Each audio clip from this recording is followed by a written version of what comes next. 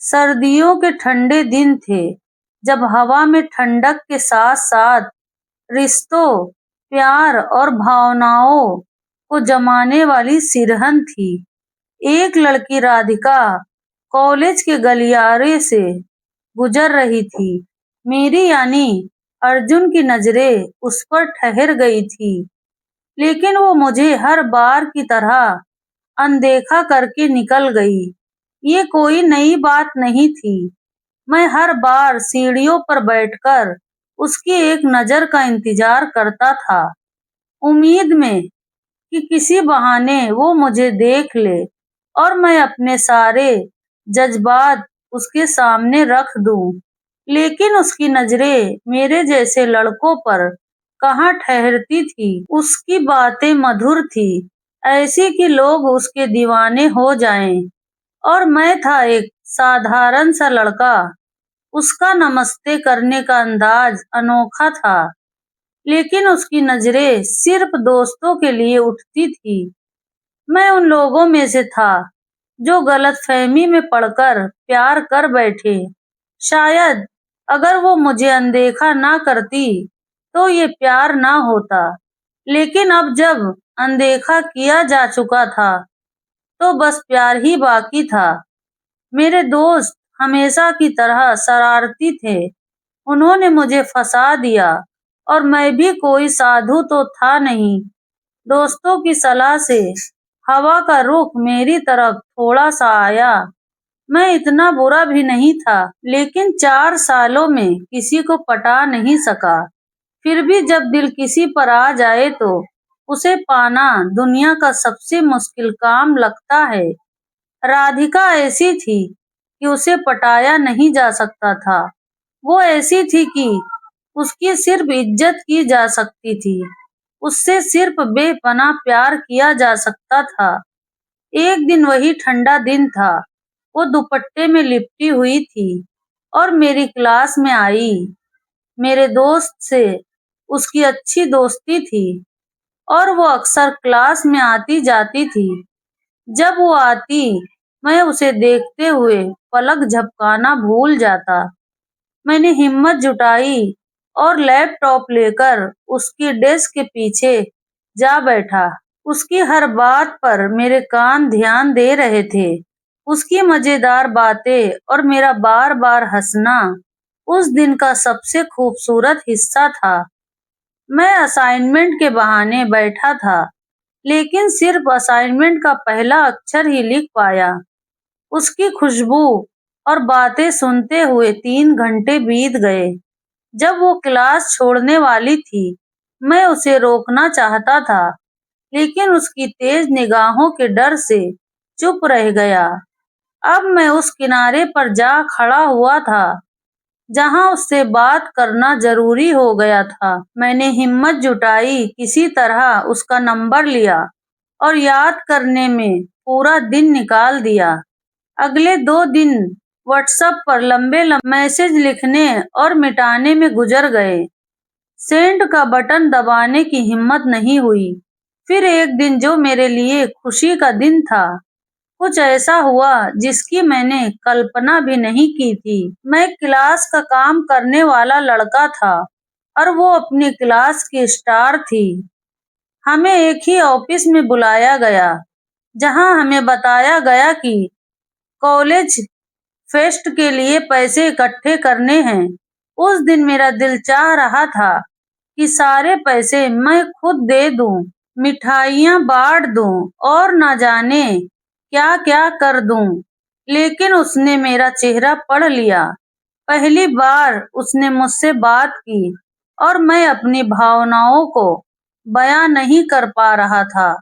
उसने कहा कि वो अपनी क्लास के पैसे इकट्ठे करके स्टाफ को दे देगी और मुझे परेशान न होने को कहा। मैंने चुपचाप सुन लिया और चला आया। पूरी रात उसकी बात मेरे ज़हन में गूंज रही, जैसे उसने मुझसे प्यार का इजहार कर दिया हो। हालांकि हकीकत में ऐसा कुछ नहीं था। अगली सुबह बेचैनी ने फिर सताया। मैं क्लास में गया, बैग डेस्क पर फेंका और सीढ़ियों की ओर भागा। ये बेचैनी ऐसी थी जैसे उसने मुझे मिलने का वक्त दिया हो, लेकिन ऐसा कुछ नहीं था। मैं टूटे दिल के साथ सीढ़ियों पर बैठ गया, उसका चैट बॉक्स खोला और ना जाने क्या-क्या लिख डाला। सेंड का बटन दबाने की हिम्मत नहीं हुई। तभी वो सामने से मेरी ओर आ रही थी। हम आमने-सामने थे। मेरे दिल की धड़कन गले तक आ गई थी। उसने मेरा नाम लिया और वो पल सिर्फ प्यार करने वाला ही समझ सकता है। मैंने बस हाँ कहा और उसकी अगली बात का इंतजार किया। उसने मुझे पैसे की गड्डी दी और कहा कि उसकी जिम्मेदारी पूरी हो गई। मैंने पूछा कि पैसे स्टाफ को देने थे, मुझे क्यों दिए? उसने बताया कि स्टाफ में कोई नहीं आया था। मैं चुपचाप वहां से निकल आया। उस दिन मैं बहुत कुछ कहना चाहता था, लेकिन कह नहीं पाया। 10 बजे मैंने पहला मैसेज भेजा, सिर्फ नमस्ते, कुछ और लिखने की हिम्मत नहीं हुई। 2 घंटे बाद जवाब आया, नमस्ते।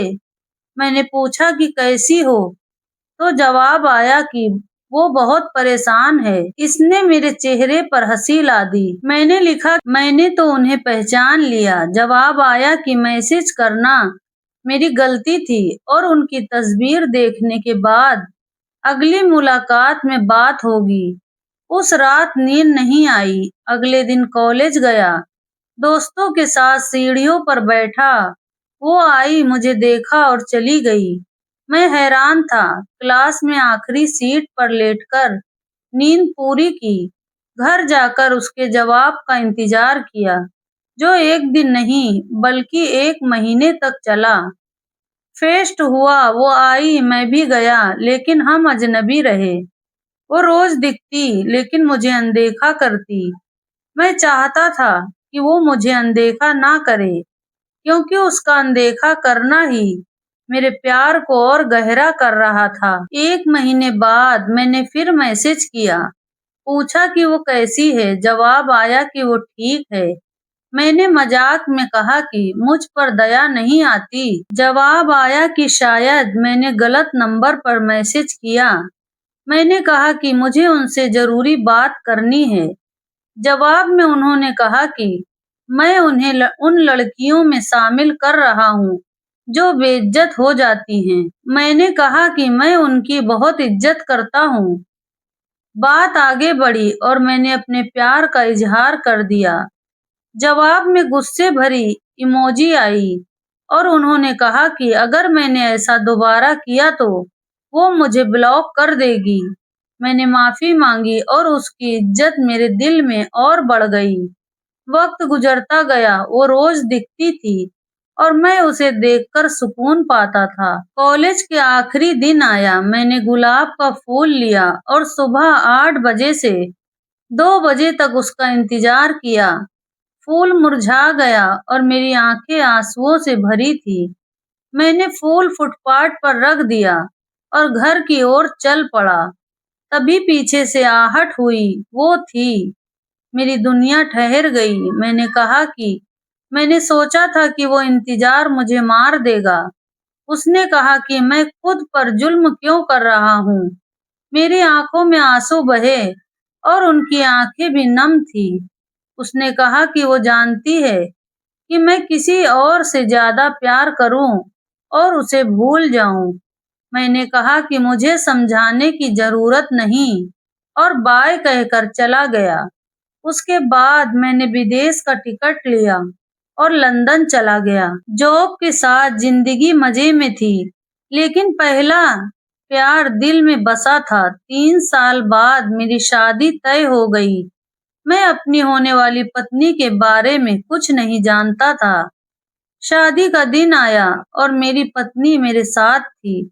1 हफ्ते बाद वो लंदन आई। मैंने चाय मांगी, जो अभी तक नहीं आई थी। जी हाँ, वो वही राधिका थी। अगर उसने आखिरी पल में बाय ना कहा होता तो शायद वो मेरे हाथ से निकल जाती। आज मैं उसे कहता हूँ कि अगर उसने मुझे अनदेखा ना किया होता, तो ये प्यार ना होता। अब वो मेरे सामने है और मैं कहता हूँ कि मैंने उसे इतना देखा जितना देखा जा सकता था। मैं सुकून में हूँ, भगवान ने मेरे नसीब में ऐसी हमसफर दी जिसने मुझे अनदेखा करके मेरे प्यार को और गहरा किया। सर्दियों की ठंडी हवाएं अब भी वही थी, लेकिन मेरे दिल में अब एक नई गर्माहट थी। राधिका, जो कभी मेरी नजरों से दूर थी, अब मेरी जिंदगी का हिस्सा थी। लंदन की सैरगाहों में, जहां बारिश की बूंदें और ठंडी हवाएं एक अलग माहौल बनाती थी, हम दोनों एक दूसरे के साथ वक्त बिताने लगे। शुरुआत में राधिका थोड़ी संकोची थी। उसकी वही पुरानी आदत थोड़ा अनदेखा करने की अब भी बाकी थी, लेकिन अब उसमें एक प्यारी सी शरारत थी। वो हंसते हुए कहती, अर्जुन, तुम अभी भी वही हो जो सीढ़ियों पर बैठकर मेरी एक नजर का इंतजार करते थे। मैं मुस्कुराता और कहता, हाँ, और तुम वही हो जिसने मुझे इग्नोर करके मोहब्बत सिखाई।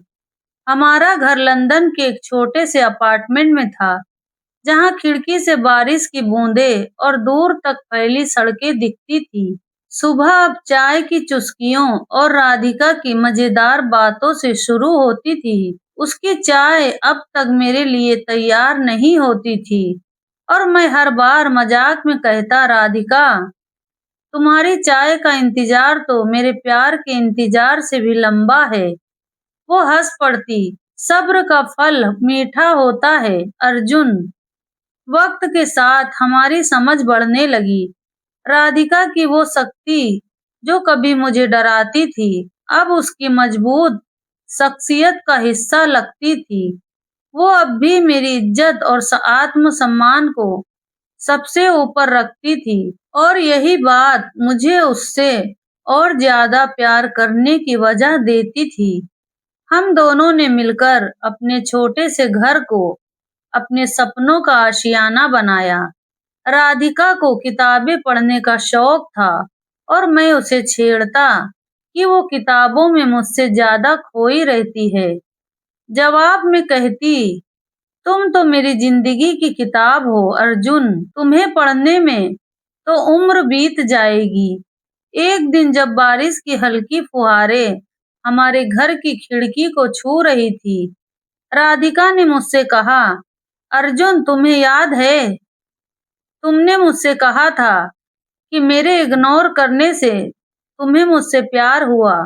मैंने हंसते हुए कहा, हाँ, और मैं आज भी उस बात पर कायम हूँ। उसने मेरी आंखों में देखा और बोली, तो सुनो, मैंने तुम्हें इग्नोर इसलिए किया था क्योंकि मैं डरती थी कि कहीं मैं तुम्हारी नजरों में सिर्फ एक आम लड़की न बन जाऊं।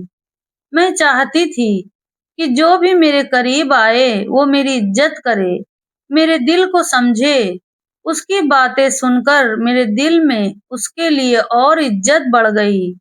मैंने उसका हाथ थामा और कहा, राधिका, तुमने मुझे सिर्फ प्यार करना ही नहीं, बल्कि इज्जत करना भी सिखाया।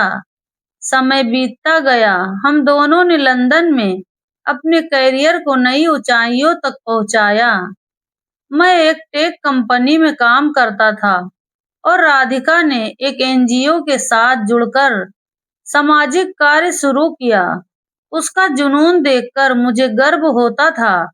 हम दोनों ने मिलकर एक छोटा सा कम्युनिटी सेंटर शुरू किया, जहां बच्चे पढ़ाई और कला सीखते थे। राधिका बच्चों को कहानियां सुनाती और मैं उन्हें टेक्नोलॉजी के गुर सिखाता। ये देखकर सुकून मिलता कि हम दोनों मिलकर कुछ ऐसा कर रहे थे जो दूसरों की जिंदगी में बदलाव ला रहा था। एक साल बाद हमारी जिंदगी में एक नन्हा मेहमान आया, हमारी बेटी, जिसका नाम हमने अनन्या रखा। अनन्या की मुस्कान ने हमारे घर को और रोशन कर दिया। राधिका अब एक माँ के रूप में और भी खूबसूरत लगती थी। वो अनन्या को वही मूल्य सिखाती थी जो उसने खुद जिया था। इज्जत, मेहनत और प्यार। मैं अक्सर अनन्या को गोद में लेकर राधिका को छेड़ता, देखो ये छोटी राधिका भी तुम्हारी तरह मुझे इग्नोर करेगी। राधिका हंसते हुए कहती, अर्जुन, अगर उसने तुम्हें इग्नोर किया तो समझ लेना कि वो तुमसे बहुत प्यार करती है। लंदन की बारिश अब भी वैसी ही थी, लेकिन अब वो हमारे लिए सिर्फ ठंडक नहीं, बल्कि सुकून की बूंदें लाती थी। एक शाम जब हम अपनी बालकनी में बैठे थे, अनन्या हमारी गोद में सो रही थी।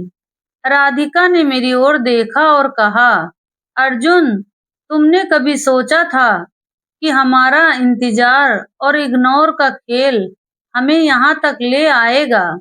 मैंने मुस्कुराते हुए कहा, राधिका, मैंने सिर्फ तुम्हारी एक नजर का इंतजार किया था, लेकिन तुमने मुझे पूरी जिंदगी दे दी। हम दोनों हंस पड़े। उस पल में बारिश की बूंदों के बीच अनन्या की मासूम सांसों के साथ और राधिका की मुस्कान के साथ मेरी जिंदगी पूरी लग रही थी। मैंने मन ही मन भगवान का शुक्रिया अदा किया। उसने मेरे नसीब में राधिका जैसी हमसफर दी। उसका इग्नोर करना, जो कभी मेरे दिल को चुभता था, अब मेरी जिंदगी के सबसे खूबसूरत कहानी का हिस्सा था। हमारा प्यार, हमारा परिवार और हमारा सुकून, सब कुछ उस इग्नोर से शुरू हुआ था और आज हम एक खुशहाल जिंदगी जी रहे थे। इस बार मैं कहूँगा, धन्यवाद भगवान कि तुमने मेरे इंतजार को इतना खूबसूरत इनाम दिया। तो साथियों, आपको ये कहानी कैसी लगी? कहानी अच्छी लगी तो लाइक करें और मेरे चैनल कहानी की शान को सब्सक्राइब करें और अपने दोस्तों के साथ शेयर करना ना भूलें। पूरी कहानी देखने का आप सबका धन्यवाद।